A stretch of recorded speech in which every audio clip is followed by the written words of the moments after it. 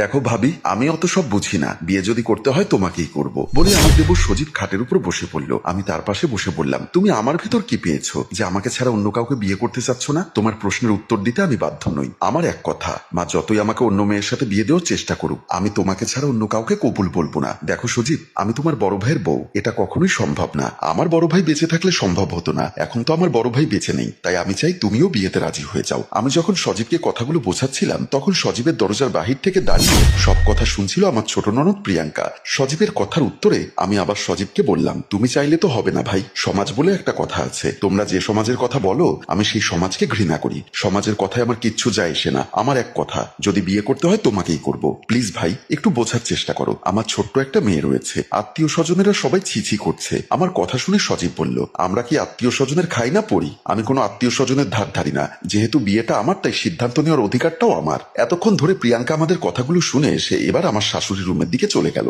আমার শাশুড়ি তখন মোবাইলে আমার বাবার সাথে কথা বলছিল। আপনাকে এর আগেও কয়েকবার বলেছিলাম আপনি আসুন আমাদের বাড়িতে, আপনি আজ এই সমস্যা কাল ওই সমস্যা করে আসছেন না। অপর প্রান্ত থেকে আমার বাবা বলল, বেআইন আপনি তো জানেন আমার স্ত্রী অসুস্থ, তার পাশে সবসময় একজন লোক লাগে। এদিকে আমার ছেলে এবং ছেলের বউ দুজনেই চাকরি করে, ওরা কেউই দিনের বেলায় ঘরে থাকে না, তাই আমি ইচ্ছা করলেও যেতে পারি না। আপনাকে তো আগেই বলেছিলাম আপনার বউয়ের সেবা করার জন্য আপনার মেয়েকে নিয়ে যান। আমার ছেলে মারা গেছে আজ 1 বছর, আপনার বিধবা মেয়েকে আমার ঘরে রেখে লাভ কি? আচ্ছা বেআইন, আগামীকাল শুক্রবার আমি অবশ্যই আসবো। ঠিক আছে, তাই আসুন, আল্লাহর ওয়াস্তে এসে আপনার মেয়েকে নিয়ে যান। এখন রাখছি, আসসালামু আলাইকুম বলে আমার শাশুড়ি মোবাইলের লাইন কেটে প্রিয়াঙ্কাকে দেখে বলল, কিছু বলবি? এসে দাঁড়িয়ে আছিস কেন? মা, ভাবি ছোট ভাইয়াকে অনেক বোঝাচ্ছে, কিন্তু ভাইয়া ভাবিকে ছাড়া আর কাউকেই বিয়ে করবে না বলছে। ঢং দেখে আর বাঁচি না, ওসব তোরা বুঝবি না। আমার মাথার চুলগুলো তো আর এমনি এমনি পাকেনি, আমি সব বুঝি। নিশ্চয়ই কবিরাজি করে আমার ছেলেটার মন বশ করে রেখেছে, দাঁড়া এর একটা বিহিত আমি করছি বলে আমার শাশুড়ি খাট থেকে নেমে সজীবের রুমের দিকে চলে আসলেন। তখনও আমার দেবর সজীবকে আমি বোঝাচ্ছিলাম,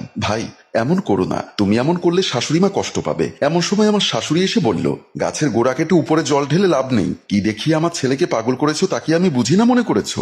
শাশুড়ি মায়ের মুখে এমন কথা শুনে আমার দেবর সজীব বলল, তোমার অত সব বুঝতে হবে না, তুমি এক্ষুনি ঘটককে না করে দাও। যদি আমাকে বিয়ে করাতে চাও তাহলে ভাবির সাথে আমার বিয়ে ঠিক করো। তুই যদি ওকে বিয়ে করিস তাহলে আমার মরা মুখ দেখবি, আর যদি আমার ভাবির সাথে বিয়ে না দাও তাহলে আমার মরা মুখ দেখবে বলে সজীব খাট থেকে নেমে চলে গেল। রাতে আমি আমার মেয়েকে নিয়ে শুয়েছিলাম, কিছুতেই ঘুম আসছে না। সমাজ আত্মীয় স্বজন সবাই আমাকে দোষারোপ করছে, সবাই ভাবছে সজীবের সাথে আমার অবৈধ সম্পর্কের কারণে আমি আমার স্বামীকে মেরে ফেলেছি। কিন্তু না, সজীবকে বরাবরই আমি আমার ছোট ভাই ভেবে এসেছি। আমার সাথে যে সজীবের কোনো ধরনের সম্পর্ক আছে তাও না। আমি না পারছি সজীবকে বোঝাতে, না পারছি আমার শাশুড়ি মাকে বোঝাতে। আমার স্বামী মারা যাওয়ার পর আমি মনে মনে সিদ্ধান্ত নিয়েছিলাম আমি আর কখনো বিয়ে করব না, স্বামীর ভিটা ছেড়েও যাব না। যে কদিন বাঁচি স্বামীর ভিটাই স্বামীর কবর দেখে বাকি জীবন পার করে দিব। কিন্তু বাদ সাধলো আমার দেবর, তার এক কথা, সে আমাকেই বিয়ে করবে, তাতে পাড়া প্রতিবেশী আত্মীয় স্বজন কেউই রাজি না। আমারও যে মত আছে তা কিন্তু নয়, কিন্তু আমি কিছুতেই সজীবকে বোঝাতে পারছি না। রাত এখন প্রায় 2টোর কাছাকাছি, আমার মেয়ে ঘুমিয়ে পড়েছে।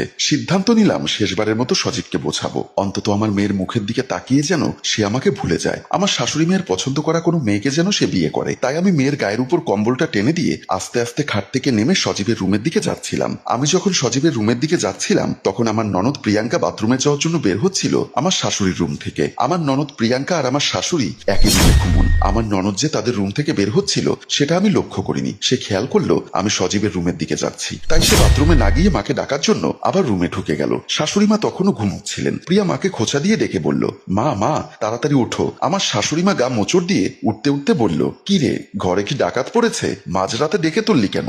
ডাকাত পড়লে তো ধন সম্পদ নিয়ে যেত, এখন তো মান সম্মান নিয়ে টানাটানি পড়েছে। মানে ছোট ভাইয়া ভাবির জন্য কেন পাগল হয়েছে সেটা আজকে তোমাকে হাতে নাতে দেখাবো। কিভাবে দেখাবি? চলো আমার সাথে বলেই সে আমার শাশুড়ির হাত ধরে টেনে সজীবের রুমের দিকে নিয়ে আসলো। তখন আমি সজীবকে ঘুম থেকে তুলে ওর সাথে কথা বলছিলাম, ওকে বোঝাচ্ছিলাম পাগলামি না করার জন্য। এমন সময় দেখলাম আমার শাশুড়ি হাতে তালি দিতে দিতে আমাদের সামনে এসে দাঁড়ালো। আমরা দুজনই চমকে উঠলাম, একজন আর একজনের মুখের দিকে তাকাচ্ছিলাম। আমার শাশুড়ি বলল, বাবা বাহ, এজন্যই বলি কেন আমার ছেলে তার বিধবা ভাবিকে ছাড়া অন্য কাউকে বিয়ে করতে রাজি হচ্ছে না। আমি তখন আমার শাশুড়িকে বোঝানোর জন্য বললাম, মা বিশ্বাস করুন, আমাকে কথা শেষ করতে না দিয়ে আমার শাশুড়ি আমার চুলের মুঠি ধরে বলল, তোর ওই পাপ মুখে আমাকে মা ডাকবি না, কাল তোর বাবা আসুক, তারপর তোর একটা ব্যবস্থা করছি বলেই আমার চুলের মুঠি ধরে আমাকে বের করে নিয়ে যাচ্ছিল। পেছন পেছন সজীব যখন মাকে থামানোর জন্য আসছিল, দরজার সামনে আসতেই রুমের বাইরে এসে সজীবের দরজা লক করে দিয়ে বলল, আমি আজ বুঝতে পেরেছি আমার বড় ছেলে কেন মারা গেছে।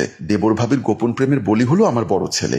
এক এক করে সব বের করব, আগে কাল তোর বাবা আসুক বলেই আমাকে নিয়ে চলে গেল। পরদিন আমার বাবা যখন শ্বশুর বাড়িতে আসলো, তখন ড্রয়িং রুমে আমার বাবার সাথে বসে কথা বলছিল আমার শাশুড়ি এবং আমার ননদ প্রিয়াঙ্কা। আমার বাবা বলল, আমি অনেকবার আমার মেয়েকে বলেছিলাম স্বামী যেহেতু মারা গেছে তোর সম্পর্ক মরে গেছে, এই বাড়িতে থেকে আর কি করবি, কিন্তু আমার মেয়ে আমার কথা শুনলো না। কেন শুনবে? আপনার মেয়ে তো তলে তলে আমার ছোট ছেলের সাথে সম্পর্ক করেছে, আমার বড় ছেলেকে মেরে এখন সে ছোট ছেলেকে বিয়ে করতে চায়। আমার বাবা তখন হাত জোর করে বলল, বেআইন সাহেবা দোহাই লাগে আপনার, আমার মেয়েকে আমি নিয়ে যাচ্ছি, তবুও এত বড় মিছে অপবাদ আমার মেয়ের নামে দিবেন না। আপনার ছেলে রোড অ্যাক্সিডেন্টে মারা গেছে, সেখানে আমার মেয়ের হাত কিভাবে থাকবে? আচ্ছা বাদ দিন, এত সব কথা আমি শুনতে চাই না, আপনি এক্ষুনি আপনার মেয়েকে বাড়ি থেকে নিয়ে যান। ততক্ষণে আমি আমার মেয়ে মৃত্তিকাকে নিয়ে হাতে একটা কাপড়ের ব্যাগ নিয়ে ড্রয়িং রুমে আসলাম। আমার মেয়েকে আমার বাবা কাছে টেনে নিল। আমি বললাম, চলো বাবা, চেয়েছিলাম আমি মৃত স্বামীর ভিটায় থাকবো, স্বামীর কবর দেখে দেখে বাকি জীবন পার করে দিব, কিন্তু সেটা আমার কপালে সইল না। সাথে সাথে আমার শাশুড়ি বলে উঠল, নাটক একটু কম করো, স্বামীর কবর দেখে বাকি জীবন পার করতে চেয়েছো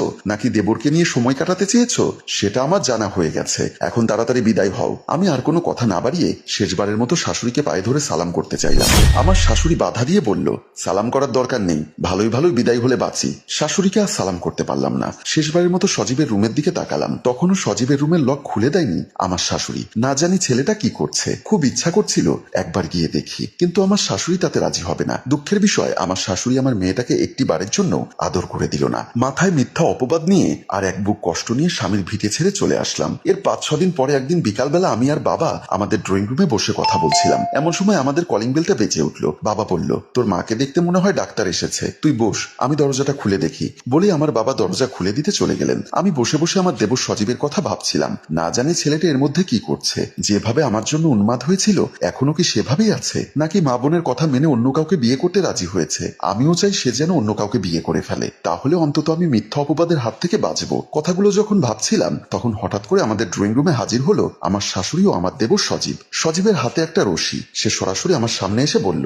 ভাবি তুমি যদি আজকের মধ্যে আমাকে বিয়ে না করো তাহলে আমি এই রশি দিয়ে গলায় দিব। আমার বাবা এবং আমি ঘটনার আকস্মিকতায় কি করব বুঝে উঠতে পারছি না। আমার শাশুড়ি আমার হাত চেপে ধরে বলল, বৌমা যা হবার হয়ে গেছে, আমি আমার বড় ছেলেকে হারিয়ে ফেলেছি, তাই আর ছোট ছেলেকে হারাতে চাই না। তুমি আসার পর থেকে ওকে অনেক বুঝিয়েছি, কিন্তু সে কিছুতেই তোমাকে ছাড়া অন্য কাউকে বিয়ে করতে রাজি হচ্ছে না। শেষে আমি সিদ্ধান্ত নিয়েছি তোমাকেই ওর সাথে বিয়ে দিব। তারপর উনি আমার বাবার দিকে তাকিয়ে বলল, বিআই সাহেব আপনি আমাকে ক্ষমা করে দিবেন।